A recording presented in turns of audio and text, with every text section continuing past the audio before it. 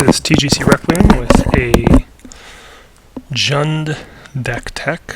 Jund is one of my favorite decks to play. I played it quite a bit more than my other decks, and so right now I'm kind of trying out some other stuff, but I still really like the deck.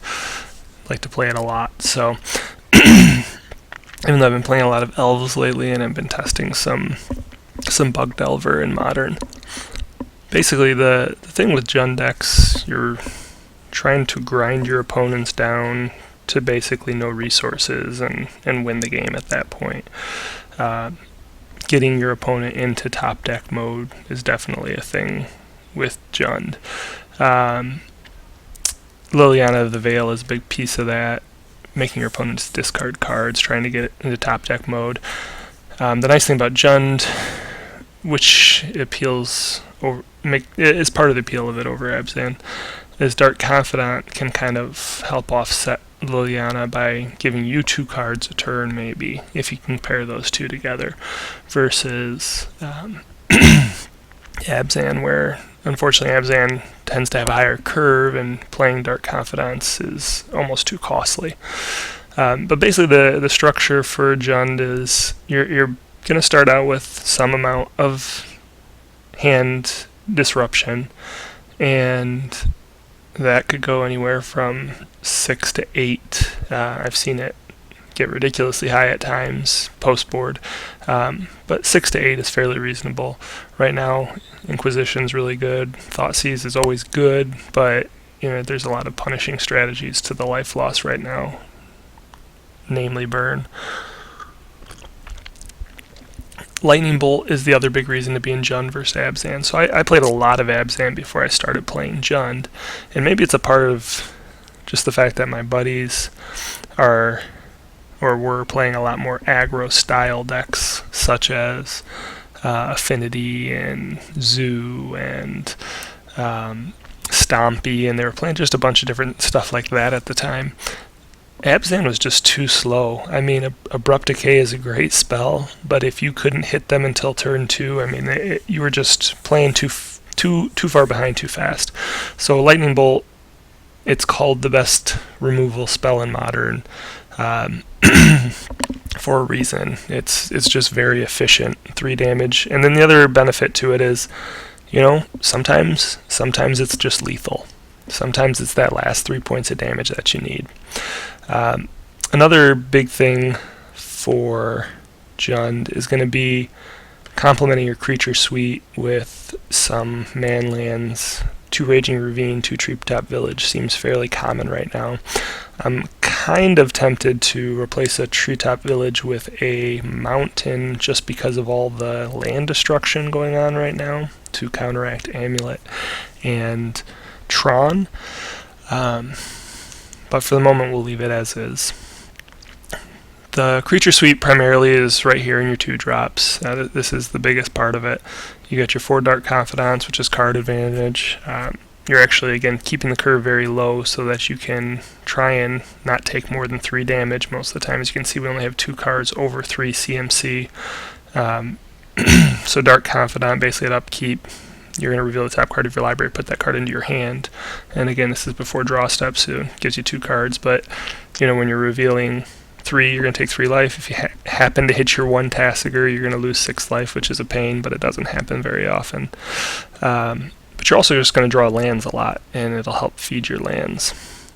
Scavenging Ooze, just so good against so many decks, and sometimes this card just comes in and wins the game when it comes in later in the game. Tarmogoyf, just paired with the removal is phenomenal. I mean, you can Thoughtseize away, and we'll just use Affinity for an example. Turn 1, Thoughtseize away an artifact creature, and now you have a sorcery, and assuming you got this off of a fetch land, you've got a sorcery, land, creature, and artifact, and so all of a sudden turn 2 you drop Tarmogoyf as a 4/5. Just the fact that he rates for 2 and again scales up throughout the course of the tournament, or the match rather. When you're in a game, you drop him for 2 early. he's probably going to be pretty decent. He just gets bigger on his own. You don't have to do anything. He is what makes this deck work.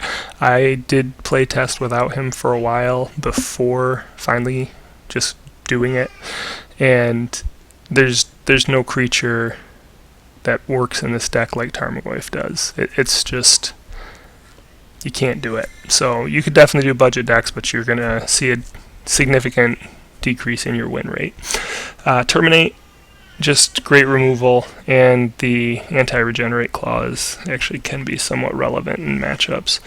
Abrupt Decay, right now we're kind of down on Abrupt Decay, and this is mostly just because Terminate is needed for the Tassigers and Siege Rhinos. Those Siege Rhinos kind of on a downtick. I'm kind of to the point where I want to find room for a third Abrupt Decay back in here, but I'm still not confident that I want to take a Terminate out. Liliana of the Veil, if not the best Planeswalker in Modern, probably the most efficient, I guess, at 3 mana. So the big thing here in this deck, you're trying to get each player to discard a card. There's synergy with obviously discarding cards to make Tarmogoyf bigger. The sacrificing a creature can be huge as extra removal in an already heavy removal deck, but extra relevant against somebody who's playing, say, Bogles, or maybe somebody drops Thrun on you. And so Liliana is really good, and really good against control. Fulminator Mage, I don't always main deck these, but right now with Amulet and Tron being so popular, I do have these main decked at the moment. As well as right now I am main decking 2 Ghost Quarter. And so Ghost Quarter still is good in other matchups as well, as is Fulminator Mage. They're great against any of the man lands like Blinkmoth, Nexus, etc. Infect, it's things like that. But not always necessary to main deck it, but right now it is main decked. Kolaghan's Command, this is actually just a really, really good spell. Works great against not just Affinity because of the artifact removal, but again, it's relevant artifact removal. You can play it without needing to use the artifact ability. Being able to make your opponent discard a card, bring a creature back from your graveyard, or 2 damage to a creature and make them discard a card, on their upkeep. There's just a bunch of different things, and it can also be used, obviously, against Affinity, which is big. 2 damage to one of their creatures and destroying an artifact.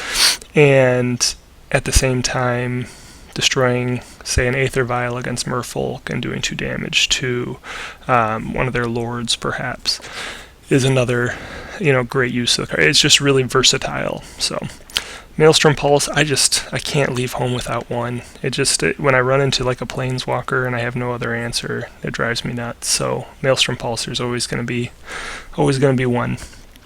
Olivia Valdarin, just a really fantastic win con.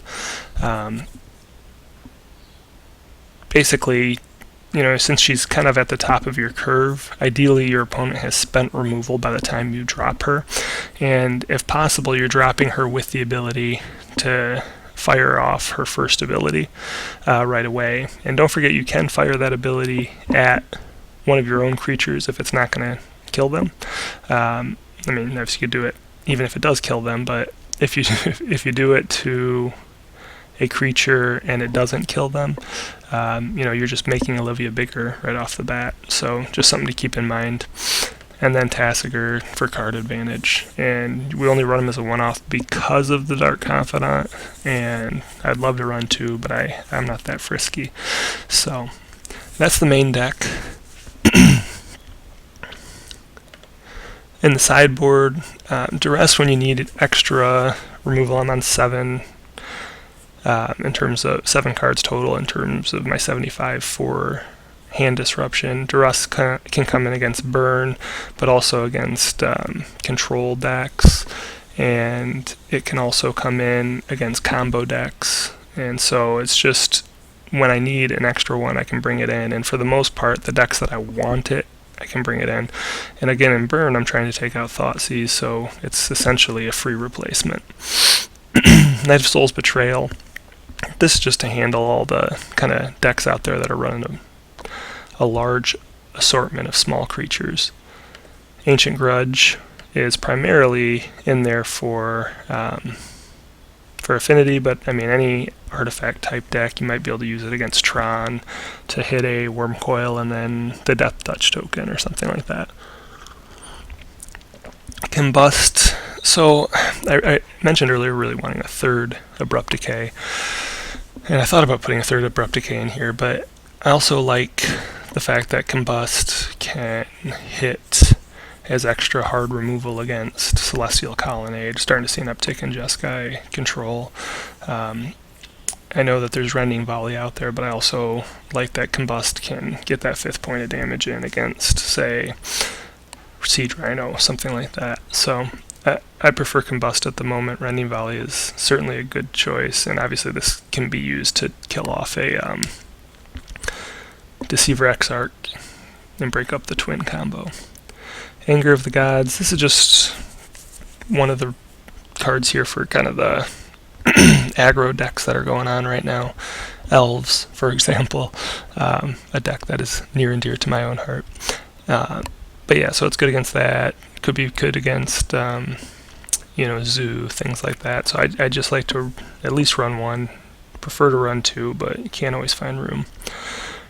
Rakdos Charm. So normally I would run 2 Ancient Grudge, but I'm actually running Rakdos Charm instead of the other one, because it gives you the ability to exile all cards from target player's graveyard, which would be good against Living End, Storm, things like that.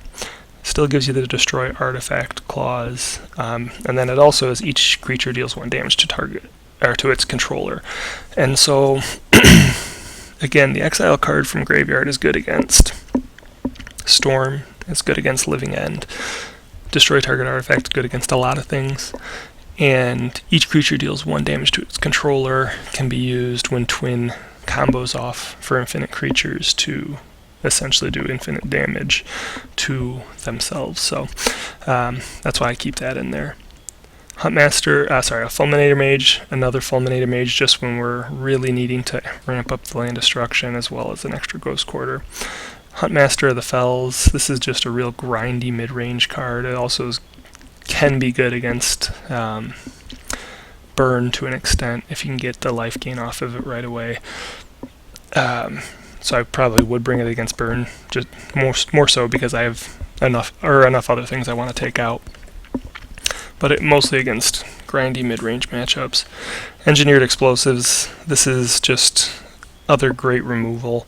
Unfortunately most of the time you're setting this at 2, which is kind of counterintuitive to what your own strategy is, but sometimes you need to do that. There's also obviously a lot of situations where you can set this for 0 to take care of tokens.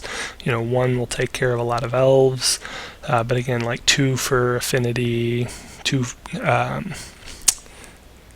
for, what am I trying to think of? Merfolk, things like that. Batterskull, another grindy mid-range card just to help in that sort of matchup, as are the 2 Thragtusks. Thragtusk can also come in against Burn. Hopefully you can last that long, and hopefully the Feed the Clans will help you last that long. So this is what I'm running for Jund right now, and that is this deck tech.